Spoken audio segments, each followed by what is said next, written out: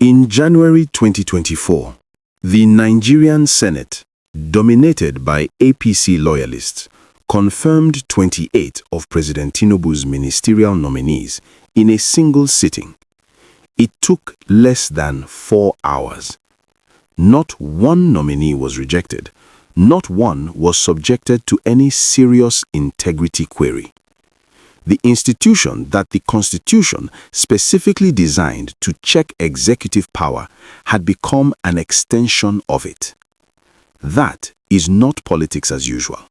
That is consolidated capture, and it matters enormously to what is about to happen.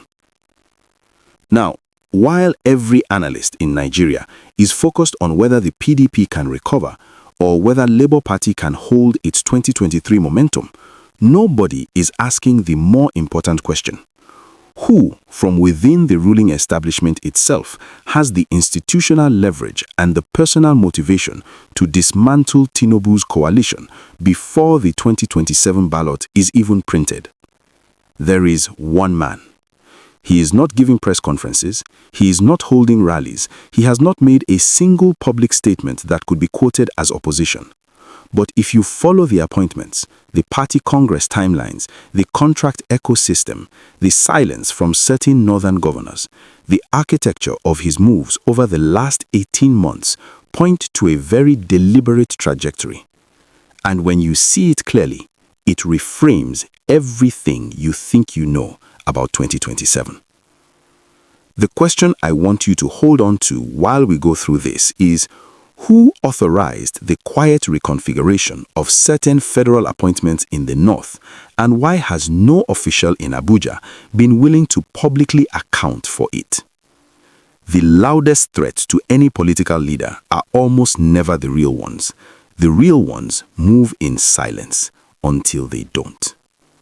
Before we go further, if you are new here, this channel exists for one reason: to give Nigerians the political analysis mainstream media is too afraid or too compromised to deliver. Hit subscribe and stay with me. This gets deeper. In the second half of 2024, a pattern of political realignment in the northwest and north-central geopolitical zones that did not make front pages but registered very sharply inside party structures. Governors in these zones, nominally APC, nominally loyal, began attending events, signing communiques, and making appointments that subtly signaled distance from the Tinubu federal machinery. The trigger was not a single incident. It was a cumulative calculation. The fuel subsidy removal, the naira devaluation, the hardship data coming out of the National Bureau of Statistics, all of it had reached a political pain threshold in the same regions that delivered Tinubu's winning margins in 2023. Now, the surface narrative is that these are routine inter-party tensions, the kind every sitting president manages, and that is what the presidency wants you to believe. The buried narrative is that these tensions are being organized, not just occurring.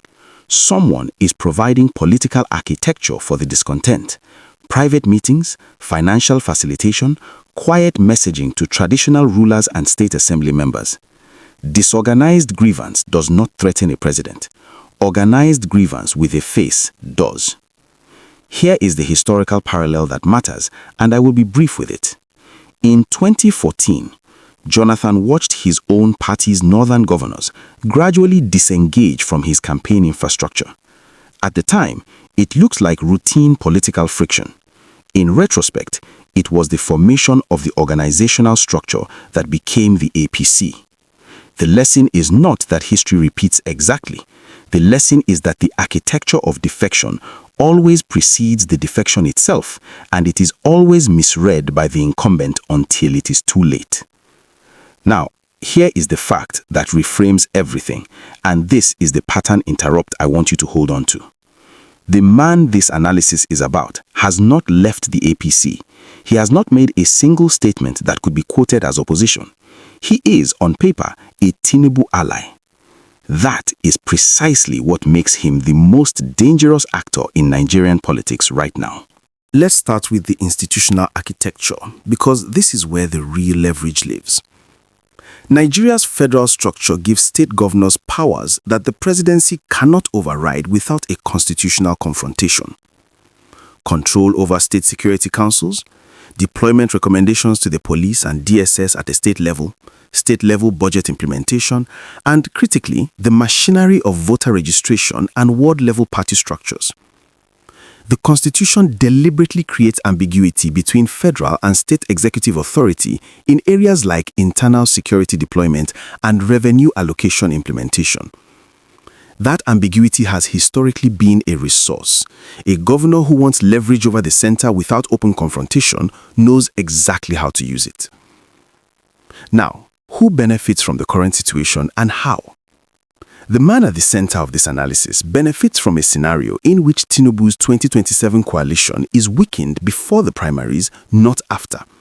That distinction is crucial. His calculation is not to contest against Tinubu on a general election ballot. His calculation is to make Tinubu appear unelectable within the APC to force a replacement candidate or a negotiated power-sharing arrangement that shifts real authority northward. Now, let's talk about the 2027 electoral math, because this is where the numbers tell the real story. Tinubu's 2023 victory was built on three pillars: Southwest consolidation, a fractured opposition, and a northern calculation by the APC establishment that he was preferable to an Atiku candidacy. Two of those three pillars are now structurally unstable. The Southwest is not the problem, it is the northern calculation that is being renegotiated. There is a significant body of opinion inside the APC Northern Caucus that the 2023 power shift to the South deal was understood as a one-time arrangement conditional on economic stabilization. The economic stabilization has not materialized at street level, and that gives leverage to anyone in the North who wants a 2027 argument about a one-term. On regional and ethnic positioning, the Northwest, with its concentration of voting population, is the fulcrum. The Northeast remains largely dependent on federal patronage and harder to mobilize independently. What is significant about the actor in question is that he has cross-zone relationships that most northern politicians lack, a function of his institutional history, not just his ethnic identity. Now, the silent stakeholders. Because in Nigerian politics, who is not speaking is sometimes more important than who is. Watch the governor of Kano. Specifically, which APC coordination meetings he does not attend. Watch the language coming out of Sokoto State on federal economic policy. Watch the former service chiefs who retain informal networks. Their silence on the hardship debate is a signal of hedging, not loyalty. Every major political actor in Nigeria right now is running a parallel calculation. What does 2027 look like if Tinubu is weaker than he appears? Now, follow the money, because this is where the political theory becomes material reality. The federal government 2024 and 2025 budget allocations for infrastructure in the Northwest and North Central fell below the threshold that state governors had signaled as politically necessary. At the same time, there is a parallel contracting ecosystem, not through the Federal Ministry of Works, but through direct presidential intervention funds, where money is flowing, but it is flowing to politically loyal intermediaries rather than to the governor's preferred contractors. When governors lose control of the contract ecosystem in their states, they lose the ability to build and maintain their own political machines. That is not accidental. And the governor who has most loudly, if indirectly, signaled awareness of this dynamic is the one this analysis has been building towards. There's one name that keeps appearing across every document trail, every back-channel meeting record, and every appointment sequence connected to this reorganization. And we will get to exactly what his access to a specific federal institution means for the 2027 calculation. But here is what almost nobody has connected yet, and it changes the entire picture. What is actually at stake in this confrontation is not just the 2027 election, it's the settlement of a long-running constitutional question. Can a president who consolidates executive power at the speed Tinubu has done so actually hold a Nigerian federation together under conditions of economic stress? Nigeria's federalism has always operated on managed tension. Abuja holds the money, the states hold the population. When that tension tips into open confrontation, the historical result is not democratic reform, it's institutional paralysis. Budgets that don't implement, security that doesn't coordinate, census data that doesn't get used because no one trusts who counted it. What does this mean for ordinary Nigerians? If the political realignment being constructed in the north deepens and forces Tinubu into a defensive posture, making more patronage concessions to hold governors, redirecting budgetary discretion away from stated reform priorities, then the economic reform program, already deeply painful for most people, gets hollowed out without delivering its promised benefits. The people who bear that cost are not politicians. They are the market trader in Kano whose import costs doubled after the Naira float, the civil servants in Kaduna who has not seen a salary scale adjustment in 2 years, the smallholder in Kebbi State watching fertilizer subsidy removal with no replacement support mechanism. On security, this is not abstract. A politically weakened federal center in Nigeria has a direct historical correlation with the operational confidence of non-state armed actors.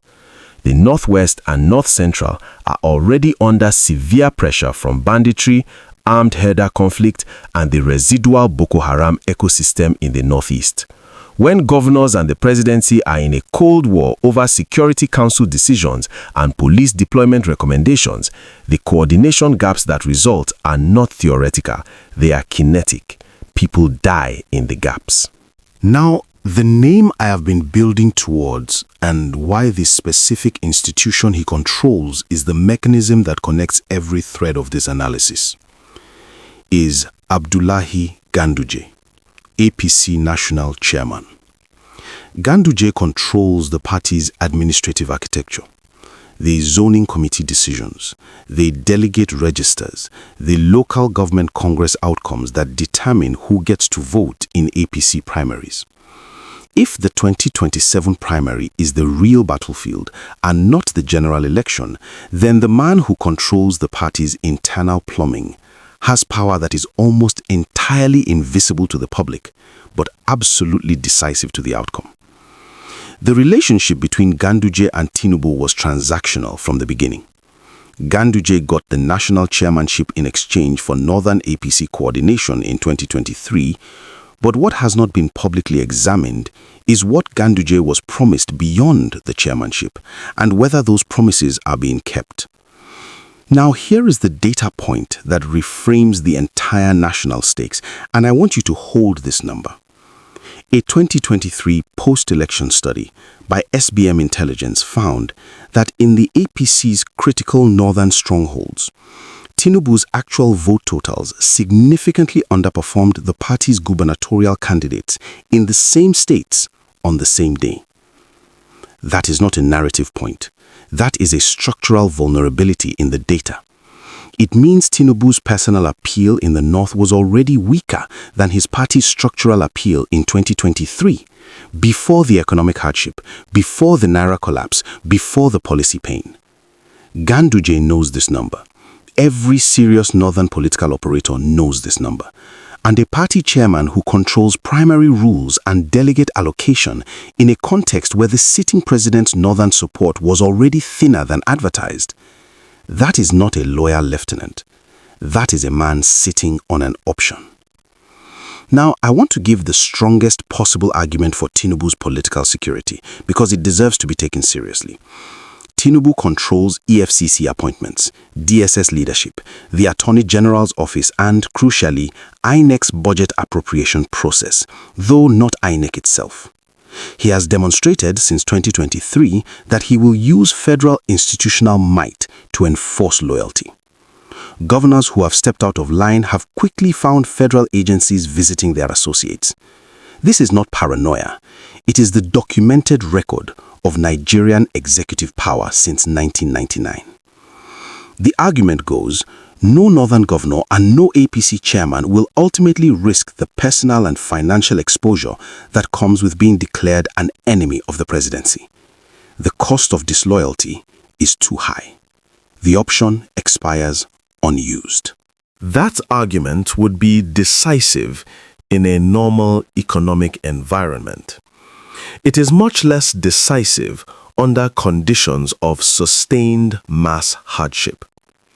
The political protection that comes from federal patronage works when there's enough patronage to distribute. Nigeria's 2024 and 2025 fiscal position, with debt servicing consuming over 90% of federal revenue at certain points, means the president's ability to reward loyalty is contracting exactly as the political cost of association with him is rising. The EFCC lever works against individuals. It does not work against a distributed political movement that has no single neck to grab. And the historical precedent, 2014 again, is that once enough governors decide the cost of loyalty exceeds the cost of defection, the cascade happens faster than the presidency can respond. There's also a misconception I want to correct, and I want to be direct about it.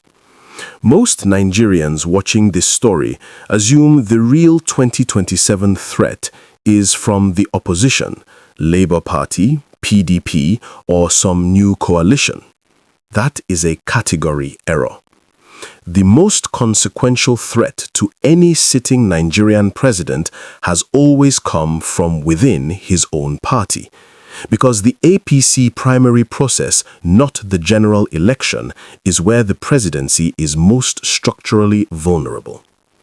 Peter Obi cannot remove Tinubu off the ballot. Abdullahi Ganduje, in the right set of political conditions, theoretically can. Now, if that what I just told you surprises you, drop a comment below. I want to know what you think before we get to the part that changes everything. So, what happens next? Here are the specific moves to watch. First, watch whether Ganduje calls or delays the APC's scheduled local government congresses in key northern states. Congress outcomes seed the delegate registers.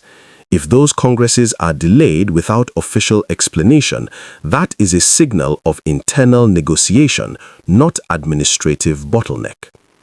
Second, watch for a formal or informal Northern APC Governors Summit that does not include a presidency representative, or one that produces a communiqué which conspicuously does not mention Tinubu's second-term aspiration.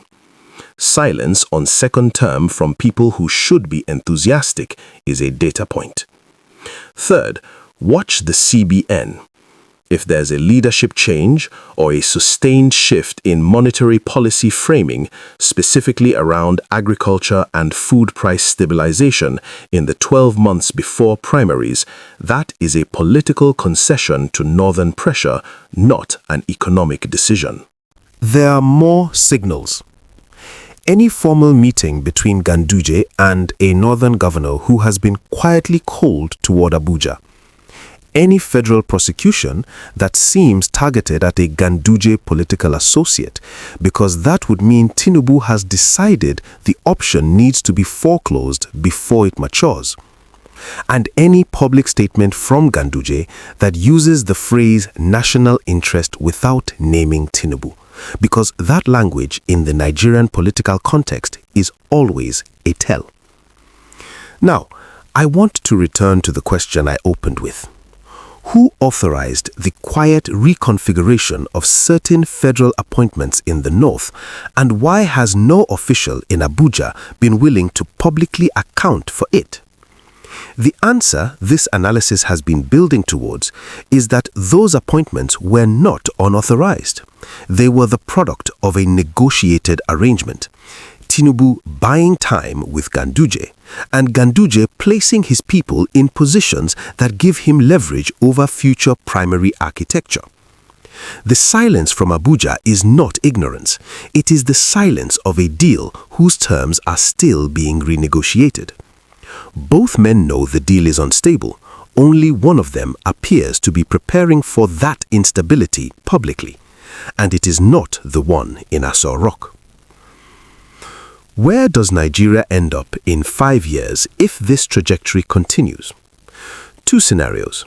Either the APC fractures and Nigeria returns to a genuinely competitive 2 to 3 party dynamic for the first time since 2015, or the fracture is managed through another behind closed doors power deal, and the cycle of elite renegotiation continues, with ordinary Nigerians bearing the costs of whichever settlement gets made.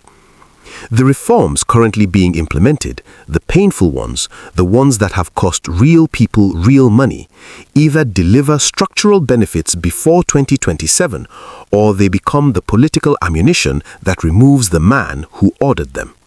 That is the real Nigerian story of the next 3 years. So, one final question for the comments, and I genuinely want your answer on this. Ganduje was put in that chairmanship by Tinubu.